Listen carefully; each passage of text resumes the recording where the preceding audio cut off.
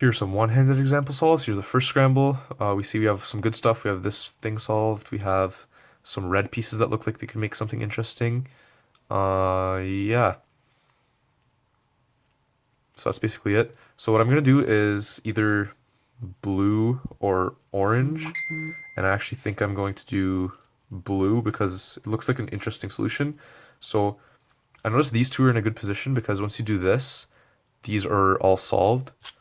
So what I can actually do is from this angle, I can do that to solve the DR edge. And what that does is for this edge, for this corner, if I can do an R2, that's going to solve it before I even put it there. So I can do R2 and then U2R to solve this in the back. And these will be over here. So I can do U prime, F wide prime, and then U wide prime. The whole time this doesn't move because the center has to stay there, so I'm not going to do any R wide moves. So this is just there. So after first block, I'm going to do R wide 2. So it would look like this. And then R wide 2. I see these, which pair up nicely, and these pair together nicely. So that's stupid block, easy. Here I see I have a 6 flip. So what I'm going to do is U prime while peeking at the bottom. Okay, that's in the back. I'm going to flip these two edges. Okay, that's in the back, ULR. I'm gonna swap these two like that, then put this here, and now I have this, and then nice 4C. Here we have another line case. We actually have a solved line on orange. The yellow one is kind of bad because even though we have this, these two are in a horrible position. So we're gonna do the white one. We see that this one is actually ready to go.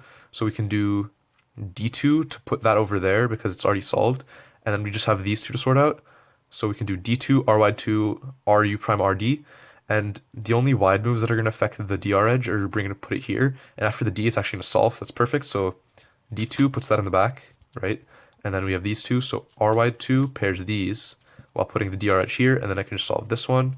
RU prime R and D. Now I saw the blue edges are these two and the green edges is this. So even though this is a bad pair, I'm going to solve it because I don't really have a choice. But it's good because it gives me this pair right here, and I can predict that I'm going to get this anti-soon. I mean, not anti-soon orientation, but I didn't really see that it was a Nicholas from that angle.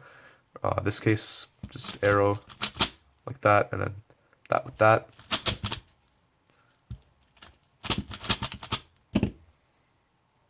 Okay, so this one is a pretty good example of a solve where I can easily influence DR. So we see we have this pair right here, and the edge that goes with the block is this orange one, so I can solve it with a D2. But actually, yeah, I'm just gonna do that D2.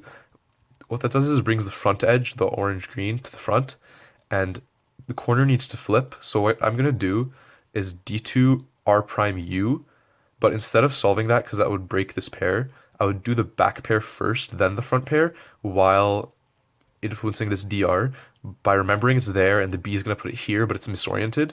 I'm gonna swing that to the front, and then when I solve this, it's gonna orient. You'll see what I mean.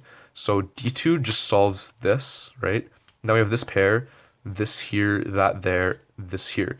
So what I'm gonna do is UR prime U, right? And then that I'm gonna do a B like that. Now this is there, but it's misoriented. So what I can do is R wide to solve this pair, do another R to bring this to the top, F prime. Now this is on the top, and right here, this is a really easy pair to see. I can just solve them like that, bring that to here, and then here, you have two choices when you're inserting this. You can either do an R wide prime to misorient this edge, which usually you don't want to do that, but in this case, it's going to give you a good case. Or you can just do R prime and solve it C floppy. But here, what I've started doing is R wide 2, U prime R wide, like that. And we got this case, so U2. This is yellow and this is orange, so I know these are the ones. I think there's the 60% chance, 66% chance of getting a EOLR. That's good. Like that, and we're unlucky we didn't get it, so I guess we just have to do normal LSE. I kept that there on purpose, so I can know exactly what to do. Green cancellation. Alright, this one's a fun one. So we have this solved and this edge, but like I don't really like the white block because there's gonna be some weird M moves, and it's just a lot to think about with this because you have to solve this one. It's not bad, but I think the yellow one's a bit more fun, so I just choose that. So with this in the front, we're just gonna do D because we have this corner, and then if we do a D, those are ready to pair. So D R Y D would solve those, and then this one that pairs with this is just going to do D2. So we're going to have them here and here. So it's just D R Y D, and then these two are here. So it's U prime R wide, U2 R wide back prime. And from all that, this just does a back prime, which is really convenient. It'll just be here and a U R2 away from being inserted. So we'll do that now. D R wide D, solve those. We have this pair like that. Now we have this. And then we can solve this pair pretty conveniently. And back, and then this pair. Anti-soon. These two. Cancellation. Alright, so this one we just have this orange yellow, so we're going to do R2D2 to solve it. Like that. And the other pair is this one, so it's just going to stick together and be in the front. And the way I'm going to solve this is by doing R moves and R wide moves in combination, because the R2D2 is going to put this in the back, and then with an R wide prime, it's just going to be up here, which is good. So I'm going to do R2D2, solve that. Now we have the DR in the back, and then these two. So I can just do this to make them like that, and then that'll come to the top like this.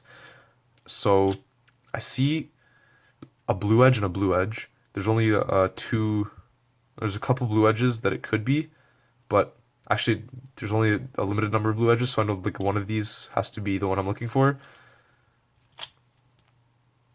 You know what I'm saying? So I'm just gonna do R2 and then solve these two. And then these two. And now we got this case. I could do CMLLEO by doing U2 and then some stuff, but I don't really feel like it.